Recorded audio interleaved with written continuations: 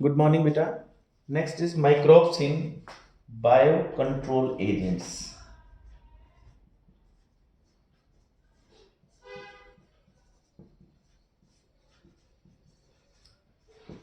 Biocontrol agents. So, biocontrol का मतलब है कि हम बायोलॉजिकल मेथड्स यूज करें for the control of plant diseases and paste. देखो बेटा, प्लांट्स में, क्रॉप प्लांट्स में जब डिजीजेस आती हैं या उन पे पेस्ट अटैक होता है तो हमारे पास क्या रेमेडी है, हम क्या यूज करते हैं? हम लोग पेस्टिसाइड्स यूज करते हैं। पेस्टिसाइड्स यूज करते हैं, वीडीसाइड्स यूज करते हैं। Means we are using chemicals to kill these pests and the pathogen of plants। तो ये हमारी अप्रोच रहती है, हम लोग केमिकल्स का यूज़ करते हैं। लेकिन केमिकल्स जब हम यूज़ करते हैं तो उसके साइड इफ़ेक्ट्स भी हैं, ये पोल्यूशन भी करते हैं बेटा, और इनडिस्क्रिमिनेटली सबको किल करता है ये पेस्टिसाइड। आपने अगर खेत में पेस्टिसाइड डाला तो वो आपके क्रॉप प्लांट पे भी अटैक करेगा, वो उन इंसेक्ट्स पे भी अटैक करेगा जो हार्मफुल नहीं है, तो वो उसमें कोई डिस्क्रिमिनेशन नहीं है। तो ये इसलिए इसके साइड इफेक्ट्स बहुत हैं using chemicals as the pesticides. So in agriculture हम चाहते हैं कि हमारे पास एक ऐसा सिस्टम हो जिसमें हम ऑर्गेनिक फार्मिंग में, जैसे आपने सुना होगा कि ऑर्गेनिक फार्मिंग में हम लोग क्या यूज करते हैं, कोई केमिकल यूज नहीं करते। तो हम चाहते हैं कि हमारे पास क्या हो, ऑर्गेनिक फार्मिंग हो और इन केमिकल्स का यूज खत्म हो जाए। तो इसके लिए हमने कुछ मेथड्स डेवलप किए हैं, जैसे फॉर एग्जांपल, है बेटे कि एक बहुत फेमिलियर बीटल है। इस बीटल को आप पहचानते होंगे, that is with red and black marking.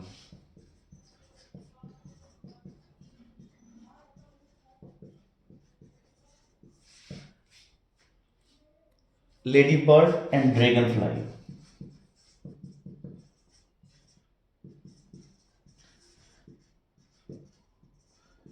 तो इनका क्या यूज है, अब जो हम पढ़ने जा रहे हैं कि हम किसी इंसेक्ट को किल करने के लिए बजाय केमिकल यूज करें, हम किसी दूसरे ऑर्गेनिज्म का यूज कर लेते हैं।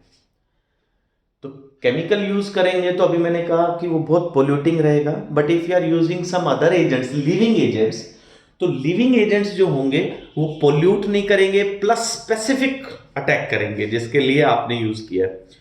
तो ladybug and dragon flies are useful to get rid of. इनको किसके अगेंस्ट यूज करते हैं? They are against aphids and mosquitoes. तो ये एक एप्लीकेशन होगी, आपने किसी तरह का केमिकल यूज नहीं किया। सिमिलरली जैसे आपने बायोटेक में पढ़ा है, एक बैक्टीरिया था ना हमारा फ्रेंड, बैसिलस थ्यूरिनजेनेसिस। इसका क्या यूज किया था हमने कि इस बैक्टीरिया के पास ऐसा जेनेटिक मटेरियल है, ऐसा डीएनए है जो कुछ इंसेक्ट्स को किल कर सकता है। तो इसके बायोटेक में तो इसका वो डीएनए निकाल के हम यूज कर रहे थे। अब इस मेथड में, बायो कंट्रोल में, हम क्या करेंगे, इस बैक्टीरिया के स्पोर्स यूज करेंगे। इस बैक्टीरिया के स्पोर्स मार्केट में मिल जाते हैं फार्मर्स को, और फार्मर्स इसको पानी में मिक्स करते हैं और इसको स्प्रे कर देंगे, स्प्रे ओवर क्रॉप प्लांट्स। तो उससे क्या होगा कि जैसे ही मॉस्किटो लार्वा इस पे फीड करेगा, इसमें इंफेक्शन होगा और वो किल हो जाएंगे बैक्टीरियल इन्फेक्शन से। सो पेस्ट किल करने के लिए ये मेथड है। कौन से पेस्ट को किल कर सकते हैं आप इससे? कैटरपिलर्स को। कैटरपिलर्स को भी किल कर सकते हैं by using bacillus thuringiensis spores. So हमने क्या किया कि हमारे पास मार्केट में अवेलेबल है बैक्टीरियल स्पोर्स, इनको पानी मिक्स करेंगे, इनको अपने क्रॉप प्लांट्स के ऊपर स्प्रे करेंगे। स्प्रे जैसे ही आप करेंगे तो जैसे लार्वा, जो पेस्ट का लार्वा है, उसकी बॉडी में जाते इन्फेक्शन होगा बैक्टीरिया का और वो किल हो जाएंगे, तो उनकी पॉपुलेशन कंट्रोल हो जाएगी। तो हमारा पर्पस सोल्व हो गया और हमने पॉल्यूशन भी नहीं किया। तो इस तरह से एजेंट्स को यूज करते हैं बेटा, ये आप कह सकते हो बायो पेस्टिसाइड्स हैं, लिविंग ऑर्गेनिजम्स जो पेस्टिसाइड की तरह काम करते हैं। अब इसके बाद कुछ और एग्जांपल्स हैं हमारे पास, जैसे एक फंगस है ट्राइकोडर्मा, एक फंगस मिलती है बेटा ट्राइकोडर्मा, और ये रूट सिस्टम के साथ ग्रो करती है। उससे क्या होता है, प्लांट प्रोटेक्ट रहता है, प्रोटेक्टेड फ्रॉम मैनी इन्फेक्शंस। तो ये भी एक तरह से कंट्रोल हो गया कि प्लांट्स की जो जड़ें हैं वो हेल्दी रहेंगी, तो क्रॉप यील्ड ज्यादा होगा। तो इसमें ट्राइकोडर्मा आपके प्लांट को प्रोटेक्ट करता है। इसके बाद एक एजेंट और है बेटा, उनको कहते हैं baculo virus, baculo viruses. Baculo viruses में जो जीनस है न्यूक्लियो पॉलीहिड्रो वायरसेस, ये वायरसेस यूज करते हैं हम as insecticides, they are used as insecticides, insects को किल करने में यूज कर लेंगे बेटा इनका। तो इस तरह से आप देखिए किसी भी केमिकल के यूज किए बगैर हमने पेस्ट को, अनवांटेड प्लांट्स को भी हम कंट्रोल कर सकते हैं। इसके बाद है बेटा last topic, microbes as bio fertilisers.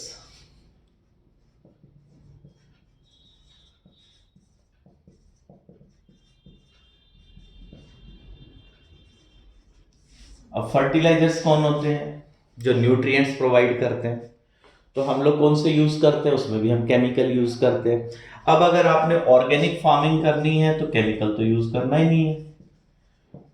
तो ऑर्गेनिक फार्मिंग में आपको बायो फर्टिलाइजर्स यूज करने पड़ेंगे। जैसे एक अच्छा सा बेस्ट एग्जांपल है इसका, आपको पता है राइजोबियम बैक्टीरियम। राइजोबियम बैक्टीरिया आपने लोअर क्लासेस में पढ़ा है कि ये सिम्बायोटिकली रहता है ना, symbiotically associated with roots of leguminous plants. तो लेग्यूमिनस प्लांट्स के साथ ये जुड़ा रहता है और क्या क्या प्रोवाइड करता है, नाइट्रोजन, प्लांट को नाइट्रोजन सप्लाई करता है। सिमिलरली ये तो सिम्बायोटिकली एसोसिएटेड रहेगा। कुछ ऐसे बैक्टीरिया भी हैं जो फ्री लिविंग है, फ्री लिविंग बैक्टीरिया मिट्टी में मिलते हैं और वो भी सेम पर्पस पूरा करते हैं। Free living bacteria in the soil are Azotobacter,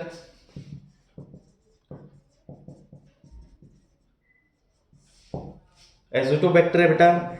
इसके बाद है एजोस्पिरिलम।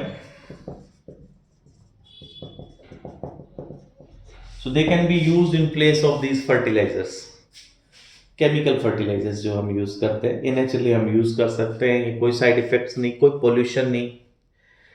इसके बाद फंगस भी हेल्प करती है एज अ बायो फर्टिलाइजर।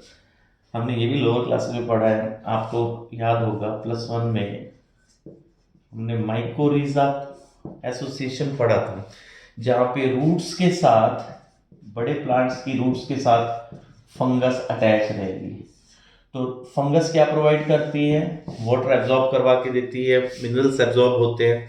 जैसे फंगस जो होती है वो फॉस्फोरस एब्जॉर्ब करवाती है, इन रिटर्न रूट्स जो प्लांट्स जो है वो उसको शेल्टर प्लस फूड प्रोवाइड करता है।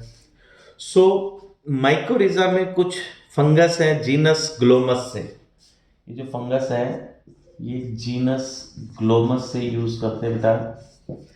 ये फंगस एब्जॉर्ब करवा के देती है फॉस्फोरस सॉइल से, और एक फायदा तो ये हो गया कि फॉस्फोरस मिल रहा है प्लांट को, प्लस ये फंगस इसको डिजीजेस से भी प्रोटेक्ट करती है प्लांट को, तो ये बेनिफिट हो गया।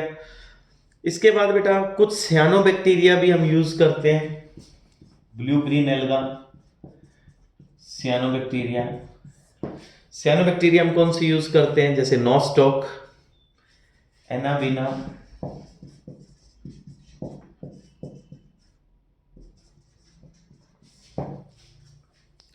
Oscillatoria, etc. So in place of using chemicals, हम लोग इनको as a bio fertilizer use कर सकते हैं, इनको बायो पेस्टिसाइड में यूज कर सकते हैं, इनको सीवेज ट्रीटमेंट में यूज करते हैं, बायोगैस प्रोडक्शन में यूज करते हैं, माइक्रोब्स को फूड के लिए यूज करते हैं, माइक्रोब्स को एंटीबायोटिक के लिए यूज करते हैं। कितने सारे यूज हमने इस चैप्टर में देख लिए। तो माइक्रोब्स फ्रेंड है हमारे। कुछ माइक्रोब्स जो डिजीज कॉज करते हैं, उनके अलावा भी माइक्रोब्स हैं जो हमारे फ्रेंड हैं, क्योंकि माइक्रोब्स जैसे ही कहते हैं तो यूं लगता है कि जैसे जो अटैकिंग है, but they are not always harmful to us. कुछ एप्लीकेशंस अभी अपन देखिए जहां पे वो हमारे फ्रेंड है। तो इस चैप्टर में, छोटा सा चैप्टर है बेटा, बहुत इजी है, तो जो एग्जाम्पल्स आए हैं वो ज्यादा इंपॉर्टेंट है। तो इस चैप्टर में से 1 मार्क 2 मार्क्स के जो क्वेश्चन आते हैं उनमें हम एग्जाम्पल्स पूछते हैं। तो आपने इसके सारे एग्जाम्पल्स लर्न करने हैं जितने एनसीईआरटी में है। एनसीईआरटी का चैप्टर अंडरलाइन करना है। ठीक है बेटा, thank you, have a nice day.